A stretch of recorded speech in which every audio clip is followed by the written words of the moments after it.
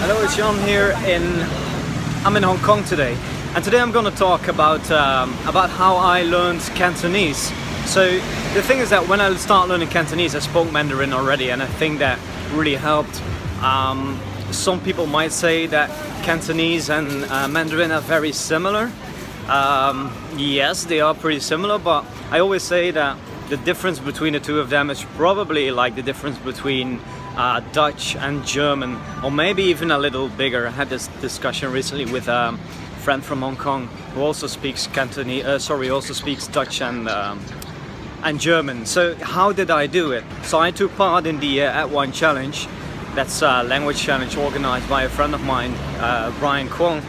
And so I set myself to learn Cantonese every day for 3 months. And well, I will put a link in this video here where you can see the results after 3 months. But I think the level at which I was speaking Cantonese after 3 months was pretty good. I mean, I could have conversations. Still, my Cantonese today isn't one of my strongest languages, but I feel that it's a language that I can use it while being in Hong Kong here. So what did I do? Well, actually this time when I started learning Cantonese, I really focused on speaking from day one. And normally I'm not a big fan of speaking from day one, but if it's a language that's so similar to a language that you already speak, then I think it's could be a good strategy. So I took classes on italki 3 times per week, and I asked for translations of the important words. So I would ask my teacher, how do you say ni hao in Cantonese, which is hello in Mandarin. So I learned it from Mandarin, and then she would say lei hou, and I would say, okay, and how do you say how are you? Lei hou ma. You know, and I wrote down all these words and phrases, and I started practicing these phrases right after I learned them with my teachers. Yeah, so I had a notebook where I kept track of all the new words, and then after the classes I would revise these words, and I did that for 3 months. And I think if you do that for a language that's similar to a language that you already speak, that could actually be a pretty good strategy. Now, if I had to start learning Cantonese again, then I would have done it differently.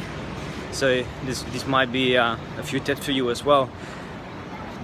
In the vocab booster courses, we focus on the most important vocabulary and phrases, also grammar structures of the language that you are learning. So it's not, unfortunately, vocab booster Cantonese is not ready yet, but if I had it when I started learning Cantonese, then I'm sure that I could have learned even more Cantonese in those 3 months. So yeah, I will put a link in the video here so that you can check out what the current status is. We might release it later this year, so I think that could be a very useful tool.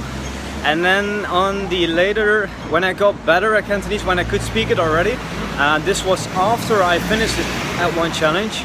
I also use Glossica Cantonese, which I think is a great resource.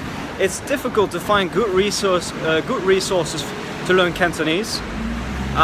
Here in Hong Kong, I mean, there's lots of bookshops where you can find pretty good books, but I use Teach Yourself Cantonese as well.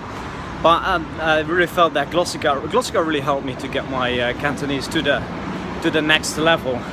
I've shot a video about how I use Glossica with Thai a few weeks ago. I basically used the same strategy with Cantonese. So yeah, that's basically how I learned Cantonese, and you know, it's always fun to come to Hong Kong and to speak. I just went for lunch in like a local place, and I spoke Cantonese with the people were really surprised, because normally foreigners here only speak English, obviously.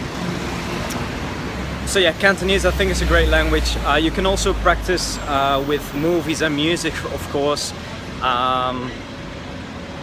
they're very, I mean, the Cantonese cinema, the Hong Kong cinema is pretty popular, and you can watch many movies online, even on YouTube. There's many Cantonese movies. I wouldn't recommend to do that right from the beginning, but once you get better at the language, I think that watching movies and trying to repeat what the people say can also be not maybe the most effective tool, but it can be a good way that's fun, and to also get a feeling for the language and for the culture. I think that's another important thing at language learning. Not that you just learn the language, but also that you get a feeling for the culture, a feeling for how the people express themselves. Okay, that was it for today. So let me know what you think. Would you ever learn Cantonese, or do you think it's nonsense to learn Cantonese in a city where most people either speak some English or some Mandarin? Let me know, and I will see you next time.